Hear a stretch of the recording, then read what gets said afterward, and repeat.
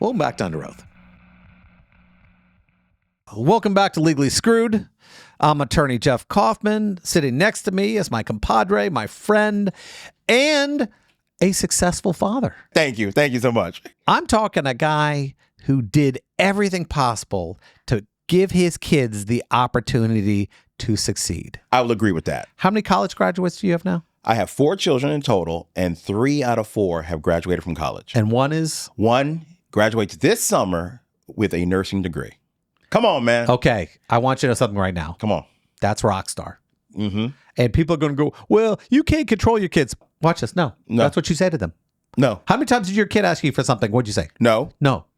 I even told it to him in Spanish. No. No. Yeah. No. No. No. No. Niet. Nine. Niet. German. Nine. Nine. It scared me with that one. But yeah. You know what? You just stumbled onto a great point. Parents are afraid to tell their kids no. Yeah.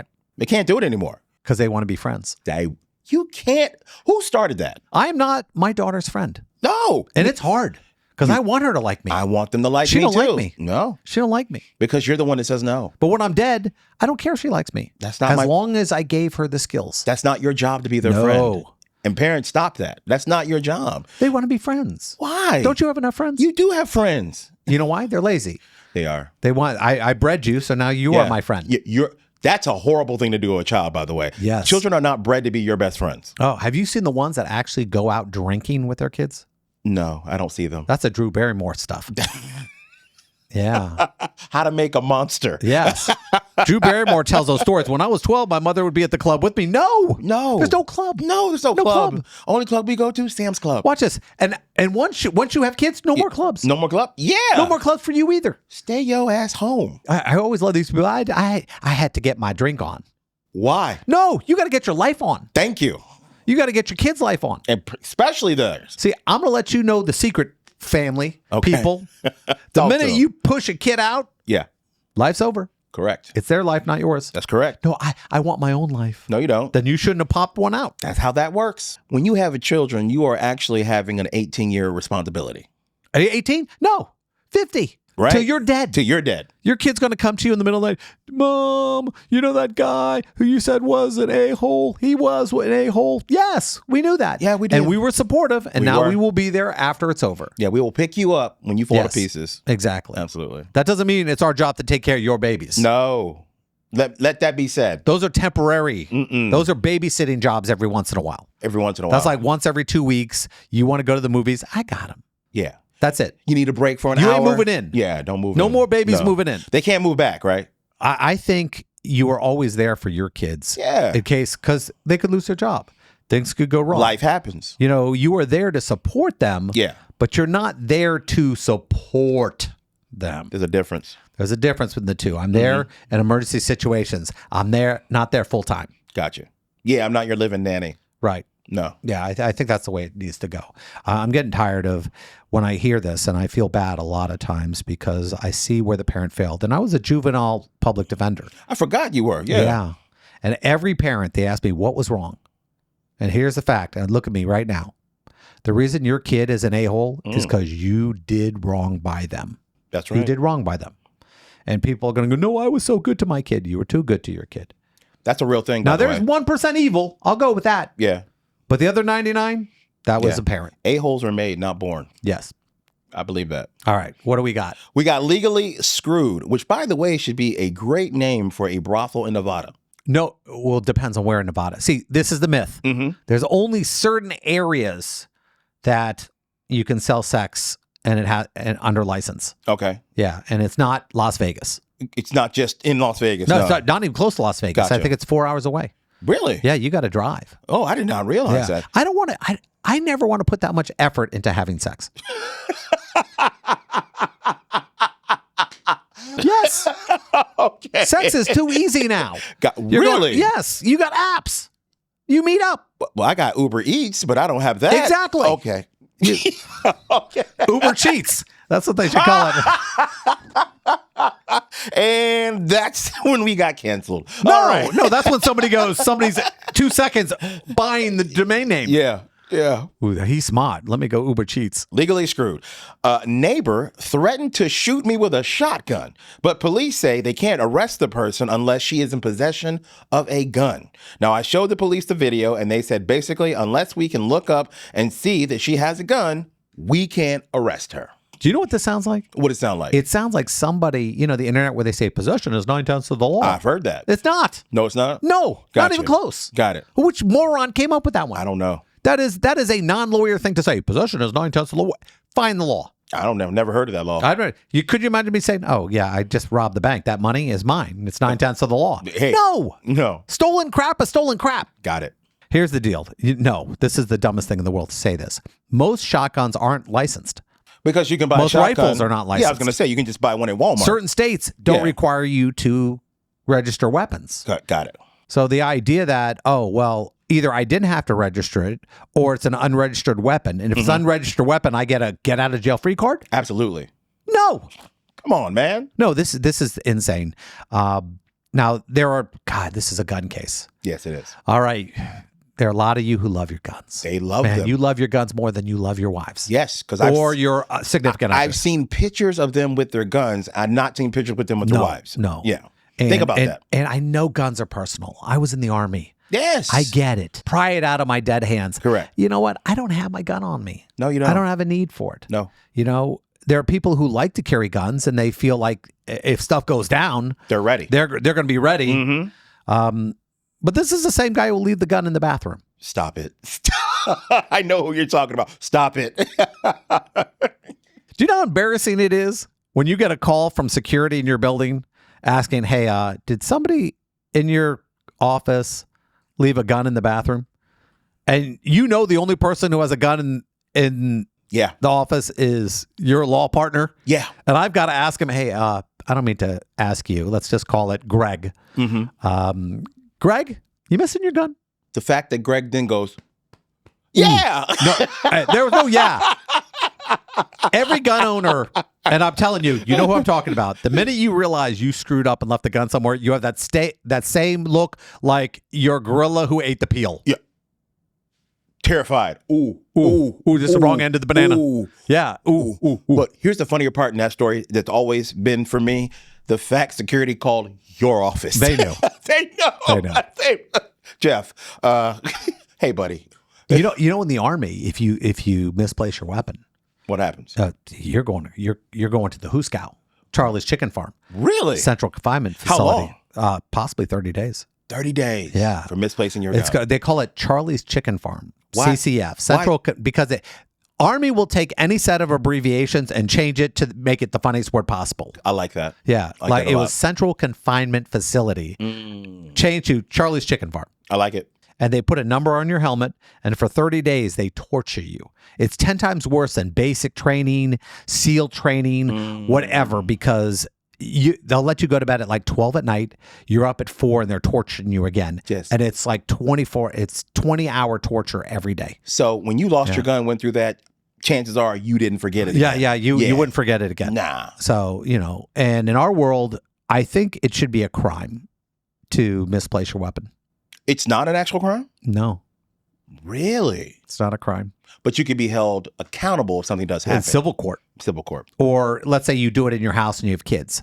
You could be Held liable. criminal negligence. Okay. But in real world, if you lose your gun while you're out, nobody's Nothing charging happens. you. Unless a prosecutor gets a wild hair up their ass. And just wants to. Yeah. But let me ask you this question, though. You can't threaten to shoot someone and not have anything happen to you. Well, threatening somebody is everybody, you hear the word assault. Heard it. Okay, assault. Mm-hmm. Assault isn't an actual doing. Okay. It's the threat of a doing. Really? Okay? Like when they say assault and battery. You're in trouble for assault and battery. Okay. No, assault is threatening to hit somebody. Battery is actually hitting somebody. Got it. And when I say hitting, I know the battery is a harmful or offensive touching. Mm-hmm. Okay, I know it's not hitting. It could be. I could take a paper clip and flick it at you, and if it bounces off your head, that's a battery. Okay. Now, if I go like this, like I'm pretending to do it, that's assault. Assault. Got it. So yeah, we're very clear on our crimes. Got it. You don't get around it because you go, well, you can't show this weapon wasn't registered. Dum, dum, dum, dum. Gotcha. So I can't even threaten anyone that I might shoot you either. And just for the record, because we have to put this in, there are cities and states that do have different laws that require certain things. Mm-hmm. But basically, in the majority of the country, that argument that, well, you can't prove that I own a registered gun, no. Not going to hold up. Not going to hold water. Gotcha. Well, back to Two Attorneys Arguing. I'm Jeff Kaufman. This is my partner, Craig Lind. Somebody asked me the other day a question. I saw it pop up and it said, they'll give anybody a podcast. Are we really that bad in comparison to the millions of people? When you say give, like you don't. No one hands you a podcast. You make it. You make a podcast. There's not a podcast fairy going around just dropping podcasts everywhere for anyone who wants one.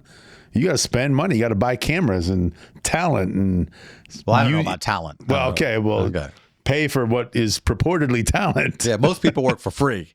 Now, the hard thing for me to take is this, is that, listen, we actually discuss some legal issues. We have some fun with it and everything else like that. And I'm not putting up, there has to be approximately 5,000 people just putting makeup on during their podcasts.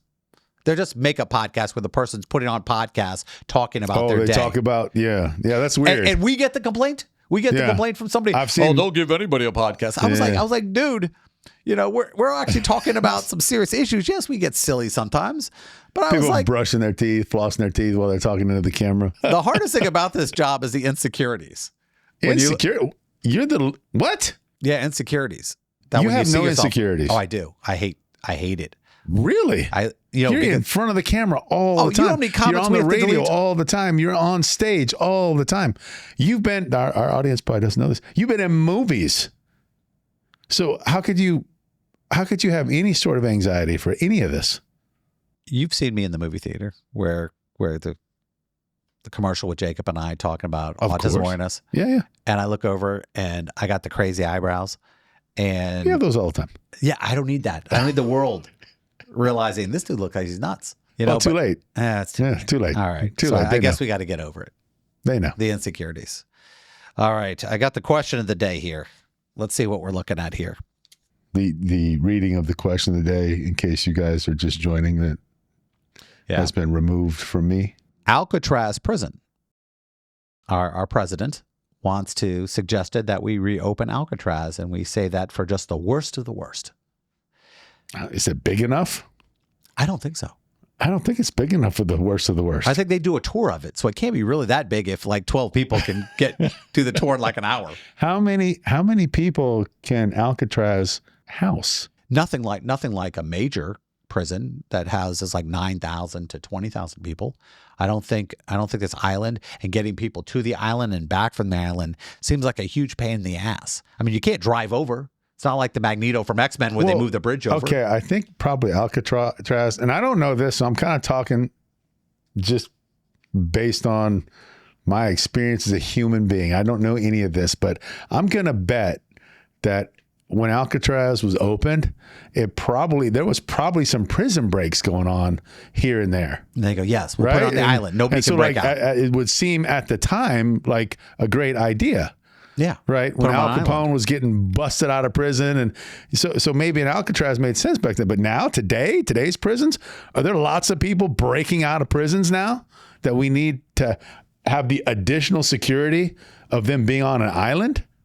I don't know. I think it was just sexy for him. I think the president just was going, this sounds a little sexy. Let me talk about Alcatraz. Like Arkham? Yeah, this is our Arkham. Yeah. Now, Dave, what was the New York jail and prison? Rikers Island. Now, here's the problem. We don't manage our prisons that well now. For example, Rikers Island, a federal judge said, hey, listen, state of New York, you can't run this anymore. You're not good at it. We got to take this jail prison over. Did the judge have any stock in a private prison company? No, they just had a ruling like 15 years ago that they weren't taking care of business and that they had to fix it. And they didn't. They go, it's just a judge. Yeah, they get ignored all the time. I don't like being in contempt. I don't want to be in contempt. Well, how do you hold the whole state of New York in contempt if you're a New York judge? Don't. There's nobody ever responsible. Yeah. We find the state of New York responsible, and that's what I got to say about that. Yes. And you go, who's in trouble? We don't know. No one's in trouble. They go, this guy used to run it. Now he doesn't run it. But Does somebody have to write a check? No. No. Anyone going to jail? No. No. Okay. I always love when they try to hold the government responsible. And somebody, every once in a while, a check gets written. But when they go, it's criminal. Oh, okay, well, who criminally is in trouble? Nobody. I'm not a fan of that. Now, what confuses me is this, is how many times do we actually get yelled at because they don't like our legal opinion? I don't read the comments, so I don't know how many times we get yelled at. Ignorant bliss, huh? Yes. Ignorant bliss. Is there anything other than unabashed adoration? No, there's terrible people. No, I can't believe this. They're horrible. Everybody agrees with us. They have to agree with me. Yeah. Oh, hey, is that fat Tom Hanks over there? Yeah. Does anybody disagree with me? I can understand them disagreeing with you. All the time. With me? No, I don't believe it. That's impossible. He dresses like he practices the law. That's what they say. But all I know is you're actually wearing buttons today, so I have to consider this formal wear. But yeah, people are mean. I made a comment about me. Yes, I can't believe this. Yeah, we delete a lot. We try to protect you. One of the hard things for me is they were making a comment about, you know how they have like TV law where you see this guy yelling at the judge and then tells the judge, we're not doing it. You know, where they Your Honor, you can't make us do this. And the judge is like, I think I'm the judge. I think I can. And the judge is like trying to letting this attorney tell him what he's going to do or not do. And I'm watching the new Matlock. And Kathy Bates is telling this judge, she's not going to do it. I'm just going to tank the case if you don't let me off. I'm going to tank the case, she says to the judge. So well, Jeff, I mean, come on. It's a TV, I'm like going, it's a TV show. I make a comment. I said, do lawyers even try? Do they even try to find a lawyer to help write these stories out or dialogue? And I hear they have legal advisors. There's no way this cleared anybody. So I make a comment. I go, which chucklehead wrote this one? Uh-huh. I mean, this can't happen. And then I get the comment. A Harvard lawyer wrote Are you even a lawyer? It's not unusual for attorneys to argue with judges. I go, I didn't say that. I just said telling a judge you ain't going to do it. Yeah. And then tanking the case. And then telling a judge off are two very different things. Yes. You're going to jail. You argue with judges all the time. You don't. That's your job. Yeah. But you don't tell the judge, I'm not going to do it. If you make me do it, I'm going to intentionally tank this case. Yeah, you're asking for sanctions. Sanctions and disbarment. Yeah, they'll just take that transcript and send it to whatever bar you belong to, and you'll be having to eat those words at some point. It makes me nuts when I see that stuff. Are you even a lawyer? And I could tell it was like one of these first-year lawyers. And guys, just because you graduated law school, it means that you know a little less than nothing. Because you need at least 10 years to figure out how bad it is out there. You need a couple of years to undo what law school did to you. Yeah.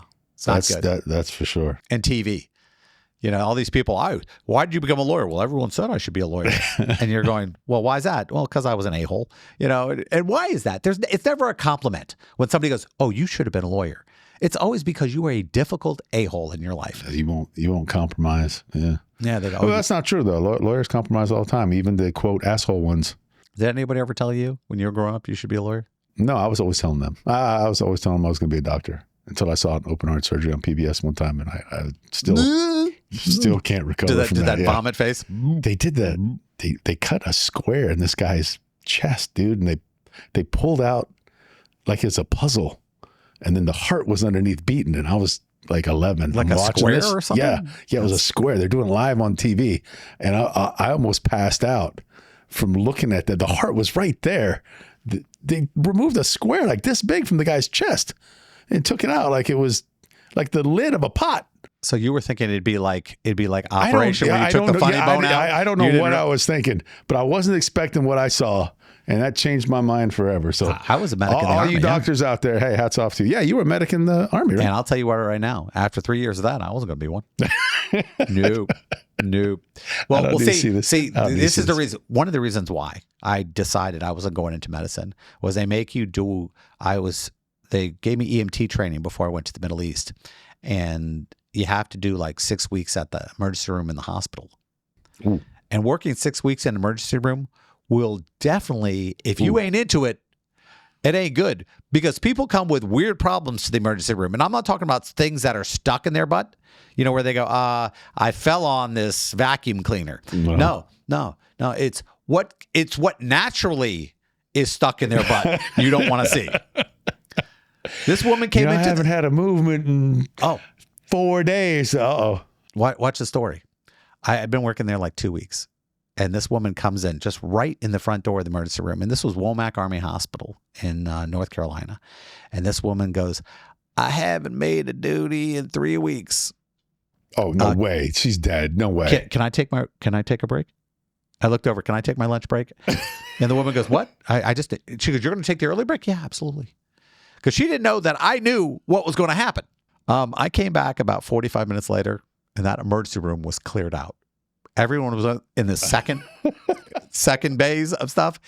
And my buddy, Rene Cruz, he got a citizenship by joining the Army. Because once you serve in the Army, you can get full citizenship. And that's the way it used to be. And he's got his head in his hands, and he's like, oh, Kaufman, it was bad. It was real bad. It was bad. I go, what happened? She would not stop crapping. She just wouldn't stop. They gave her this liquid, and she wouldn't stop. And the nurse on duty goes, you will take your break when I tell you to take your break in the future. So, yes, I'm not a fan of duty, so I had to get out of medicine. How old is that lady?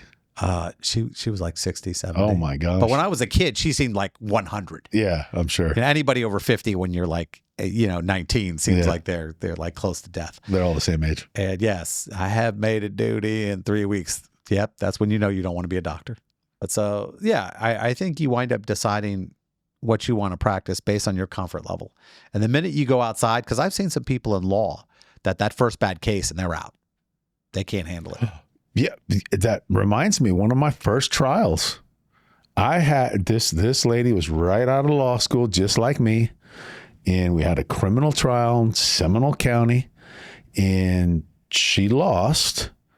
And she was beside herself. I lost? And she quit the practice of law. I'm out. She went to go teach like middle school after that, like one loss. Participation trophies. That's what does it, man. I couldn't believe it. I had a young lady in Georgia, and after a hearing, I walked up to her to talk about negotiating the deal, and she's crying. You were so me to me.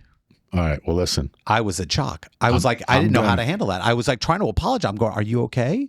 And I'm thinking to myself, somebody has to lose. Yeah.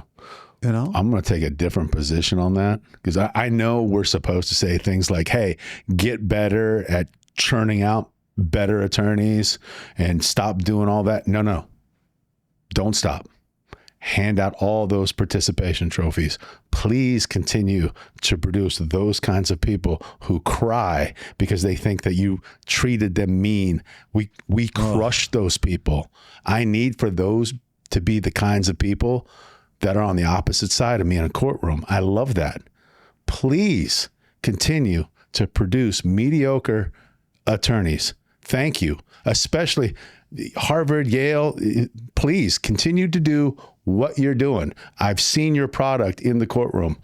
Please continue to do that. I don't like it. I don't like it because I think what happens is the people they represent get screwed. And I'm not talking just about us because, they're going to be, all their cases aren't just with us. It means there are a lot of people getting bad representation and they hate attorneys because when your attorney sucks, you think that's how all attorneys are. So I'm not a fan. I'm not a fan of that. And I don't like winning the laydowns. You don't like beating baby seals? No. I like winning if somebody's good. If I know somebody's good. That's a bigger feather in the cap. But, I got a lot of cases. And if 9 out of 11 are crappy, mediocre type, participation type folks, by all means, let me concentrate on that 1 or 2 guys that's actually really good. So we can agree that Alcatraz is a bad idea? Bad idea. Veto. It's too bad it's President Trump's idea. I have an idea. Ooh, I'm going to get in trouble. I'm going to get in trouble. Okay, some of these island countries that aren't doing so well? Yeah. Yeah. We put a prison there. They'll get all the money. They'll have great federal funding and everything else, and it'll be a private prison. So we could rescue Haiti by building putting a prisons on federal Haiti. prison. Yeah. So we And signed then a they have contract. enough money. We signed a contract with the government of Haiti, Exactly. right? Like, I'm liking this. Yeah. And we give them lots of money. Got it. And then if they escape, we're not really that concerned about how secure the prison is. If you escape, you're, an ocean away from the United States. Like you take one of these Bahamian islands, like the ones they build all these, like Coco Cay or something. And we say it's Coco Prese. the Disney cruise will go by. Just wave There'll at be people. convicts swimming out. Today we have actor, producer, director, singer, and teacher Joey Travolta. Joey, how are you doing? I'm good. Thank you for having me on the show. Appreciate it. What I love about what you're doing now is I don't even know if it exists anywhere on the planet with your studio Inclusion Films and your new series called Lights, Camera, Friendship on the Spectrum. Can you tell me a little bit about that? Yeah. So we, as you know, we train adults with developmental and intellectual disabilities in filmmaking. And we also produce content. And one of it is a show, Lights, Camera, Friendship on the Spectrum, where we took 40 adults on the autism spectrum in 3 different cities, in Lodi, California, Valdosta, Georgia, and Amelia Island, Florida. And the city becomes a character in the piece. What we wanted to do is teach how to form friendships. A lot of folks on the spectrum are not included, or they have trouble with communication. And we wanted to give them tools to make it easier for them. So we took them totally outside their comfort zone. They had a roommate that they'd never met before. We gave them friendship exercises, dance classes, cooking classes, scavenger hunts around the city for them to get out into the city and meet people and form those relationships. And it's really giving them a voice. And the difference after the 5, 6, 7 days that we were them, it was just incredible. And so many of them are still remain friends, a year and a half later. It's pretty incredible. Now, your basic introduction to autism is through being a special needs teacher, growing up, having this around your family. I mean, Yes. A lot of people had no clue, like I didn't have an idea what autism was. I know that there was this thing going around. It wasn't very prevalent. You might have saw 1 or 2 kids, and now it's an explosion. Yeah. I mean, when I started the programs, it was 1 in 166, and I think it's 1 in 32 now. I forget what the exact number is, but and it's widened the spectrum too. And I'm just happy that we're able to give people skills to go out into the world, because sometimes it's having that confidence. It's navigating the gray areas. When I interview a lot of the kids, there's a lot of fun and sarcasm and gray. And I always say that if you get me with my dry sense of humor and the gray areas, then I've done my job. And these kids have such great sense of humor, and they're kind, and all of those things. You just have to get to know them and give them an opportunity, give them a seat at the table. And that's what we're hoping to accomplish here. My son, like I said, is on the spectrum. How old is he? He's 19 now, which means he's aged out of a lot of programs. Right. And we're in constant search for finding a place where he can belong. And we're very fortunate in Orlando. We have a great community, and he has a daily thing to do. And it's so difficult because you've heard the line, if you've seen one kid on the spectrum, you've seen one kid. And That's correct. The differences between these children are absolutely night and day. And our schools aren't really prepared to deal with kids that aren't the same in every area, that they each need special attention. And I assume you had to go through that when you were a teacher. Well, I was a teacher a long, long time ago, and I taught at an orphanage for children. My teaching method was very much like the play Hamilton. I performed it, coming from an arts family, and that got very, very taxing, as they say, when you have to prepare a lesson plan. It's like writing a play.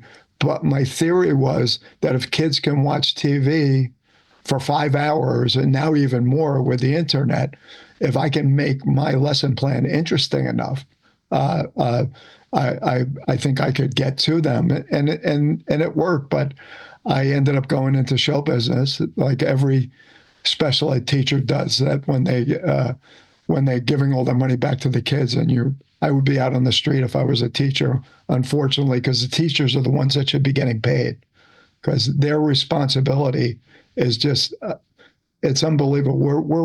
We're the teachers are responsible for molding our children, and that's why it's so important. What's your son's gift? It's interesting when they talk about autism and superpowers and things like that. Yeah. My son has a great memory. Yeah. He can talk. He loves to ask you questions, and he remembers he'll ask you about every relative you've ever had, and he'll remember those. And years later, he'll come up to somebody. He goes to the parks a lot, and he'll go to places, and people will be like, he'll go, "Oh, Sarah," and they'll look at him. He goes, "How's Cynthia?" And who's Cynthia? Your mother. Yeah. And it's so strange, but a lot of people ask that, and I think there's every kid, I think, focuses on something else, and I think when you lack a certain skill, other abilities get stronger. Like if you can't see, your hearing changes. You rely on different things, and I notice with kids on the spectrum, a lot of kids rely on different gifts, and not like they're super strong or they run fast, but just little things that they're able to do easier than I would. Well, that's why I asked, what's their gift? Because they all have a gift, and that's what you build on, the gift. And he's got a great memory. There's plenty of work out there for people that have great memories and are very, very meticulous, like editing. My staff in Bakersfield, I have, I think, 6 or 7 on the spectrum that work full time for me. And these are people that we trained. Whether you're going to go into the film business or not, filmmaking, everything that goes into it goes into everyday life. Collaboration, communication, those are the skills that you need to do any job. Yeah, it's applicable in anything, whether you're going to be a filmmaker. We just use that because it's a great way to teach. You become a family when you make a film, and you have an outcome. You have the film. Here, our outcome is the series. Now, the other important thing, and I forget whether I mentioned it, that the crew on this, 10 of the 16 crew members were on the spectrum, and 2 of the 3 post-production were on the spectrum as well, and the whole cast was on the spectrum. So it's a great example of what can happen when someone's giving an opportunity, and you connect the dots. It's always about connecting the dots. One of the things that was difficult for me when it first happened was I would meet other parents, and other parents would be, "No, my child's fine. He just has OCD or something else like that." And I think there was a stigma attached to it for such a long time. And I wanted to make sure I wasn't going to do that. And I held my son out there, and I allowed when people met Jacob, they were introduced to autism, or at least our version of it. And I thought that was a very important thing to do, because the world is a ridiculously cruel place when people don't understand. Yeah, it is. It's unbelievable how cruel it can be. Well, we create a safe place, and it's a seat at the table. As my dad was the most kindest man, and the gift that he gave all of us, the 6th sibling, is inclusion and making sure everybody was treated the same. Everybody had a seat at the table, and nobody was better than anybody else. We're all here. I mean, we share this planet, and it's just so important that everybody's included. When we talk about, I'm also an attorney, so I get the opportunity to help. And while I don't do a lot of this, we do they have guardianship programs where some of these children, when they get to be 18, they can't take care of themselves. They can't take care of their health care. So their parents need to be responsible for them. And the biggest thing that I find that parents aren't paying attention to is the future, that after they die, their children are going to outlive them by 40, 50 years. And they don't start paying attention to it till they're dying. And I had a parent say to me, I have 30 days to live. I don't know what I'm going to do with my son. And I was like, you need to beg, borrow, and steal. You need to find whatever you can. And I think that is the one thing in the community that people don't pay attention to, because they kind of like bury it because it causes them a lot of sadness, like it does me. Well, and you want to protect your child. It's a fear of any parent who has a child with special needs. What's going to happen when I'm not here? So that's why they need certain skills and to be able to understand things. And when this series screened at several film festivals and the parents saw it, it was, oh, I didn't know that about my son. I didn't know that about my daughter. I didn't know that they had those kind of communication skills, because they're never asked. That's what I love about interviewing, because I do interviews with everybody. And in the film camps, I do the same thing, because most of the time they're not asked what their opinion is.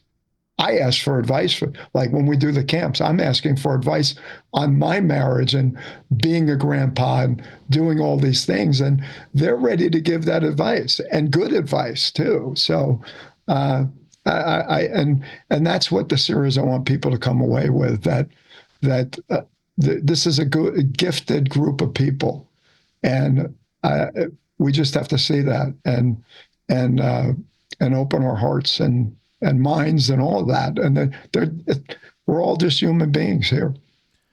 Now, you're one company. How much are you hoping for that this becomes epidemic, that other companies will go, okay, we're going to open a space for a child on the spectrum, an adult on the spectrum, to allow them to participate, to allow them to be part of the creative world?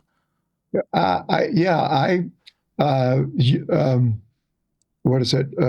Oh God, I can't think of the name of the company right now, but Jersey Mike's is a great example of getting involved with the disabilities community.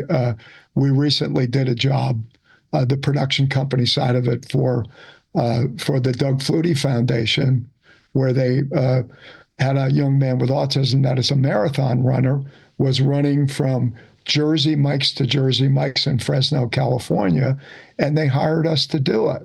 Now, all of a sudden, all these young people on the spectrum are seeing a crew of professionals that we trained.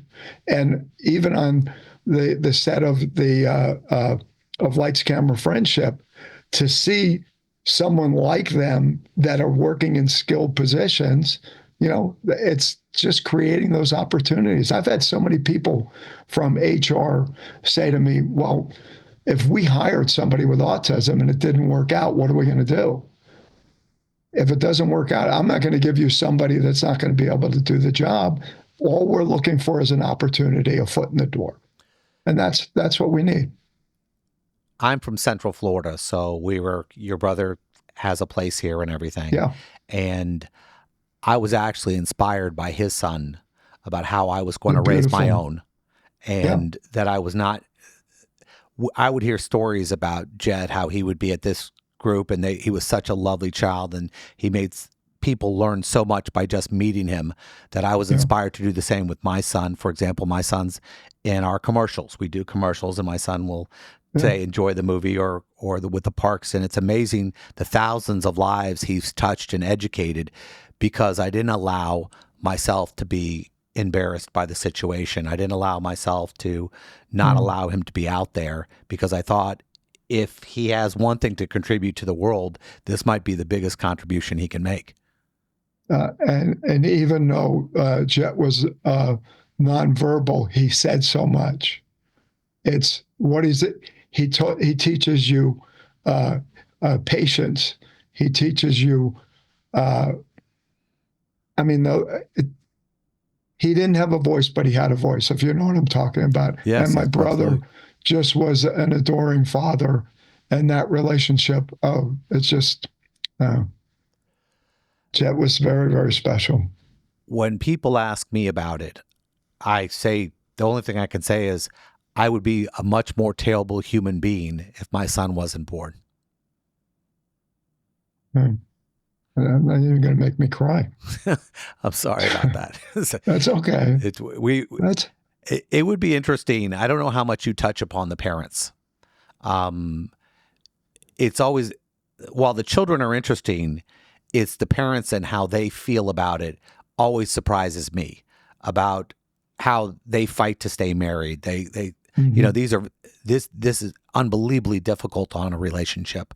The levels of divorce at the autism community are huge because what you deal with on a daily basis can be troubling, especially in their early years. Yes. So I love that your stuff is out there. I watched the trailer. I can't wait to watch the series. And I think it's incredibly important that people are out there like you putting a light on this issue that we just kind of go, oh yeah, I know somebody, he's a sweet boy. He does a lot of math, or he does this, he does that. Yeah. And people don't know the real history and background what these kids live with. Well, you know what? Next time, when you finish watching the series, why don't we bring a couple of the casts back on and do something?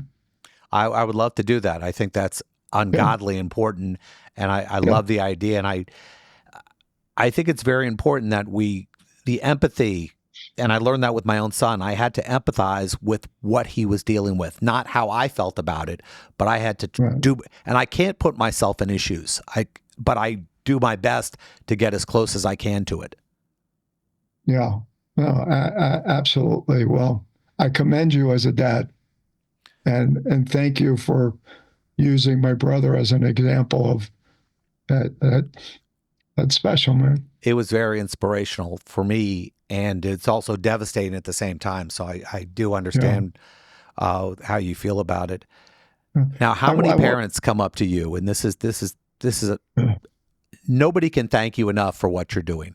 No parent, and I'm sure hundreds of parents tell you all the time, I can't thank you enough for being out there, and maybe my kid will take a little less crap because of what you do. Yeah, and I thank them for giving me the opportunity to work with their kids, because I get more out of it than they do, believe me. It's just, I love working with this population, and I wish I was 20 years younger so I can continue and keep it going, because I really enjoy working with them. And there's so much gift to give and love. And I don't know. What's amazing to me is that you started a career, you wanted to be an actor, you were a singer. And the truth is the most important thing you have done is this. And the impact you have on the world is so much more grand now. Well, I always say to my wife, I wish, I'd done this 30 years ago instead of, 20 years ago or whatever. She said, you weren't ready for it then. You learned all the skills. So I learned filmmaking from being behind the camera as an actor. I'm a self-taught filmmaker. And I knew what I wanted to do and started putting these things together. But that whole thing of what goes into filmmaking is the thing that inspired. And what a great way to learn. If I could learn it, anybody could learn it. And I'm just glad that we're doing this. And I want to continue as much as I can. I really can't thank you enough for what you've done, what you're producing, what you're doing for the world. Why don't you tell us exactly how we can see this 10 episode series? Okay, it's on what is it? It's on Red Coral Universe, and if you go to love, if you go to friendshiponthespectrum.com, it gives you everything. friendshiponthespectrum.com. Well, Joey, thank you much, and I thank you for accommodating this time. Okay. It's one of my favorite interviews. I really appreciate it, Joey. Thank you. All right, you take care, my friend. Well, that wraps up today's show. I'm attorney Jeff Kaufman. Thanks for joining us. Special thanks to my two co-hosts, my good friend, professional comedian James John, and my law partner, Craig Lind. This show is sponsored by Kaufman Lind. If you or someone you know has been in an accident, contact us at 407-500-JEFF or 407-500-5333 for a free consultation, or visit us at whenyouneedus.com.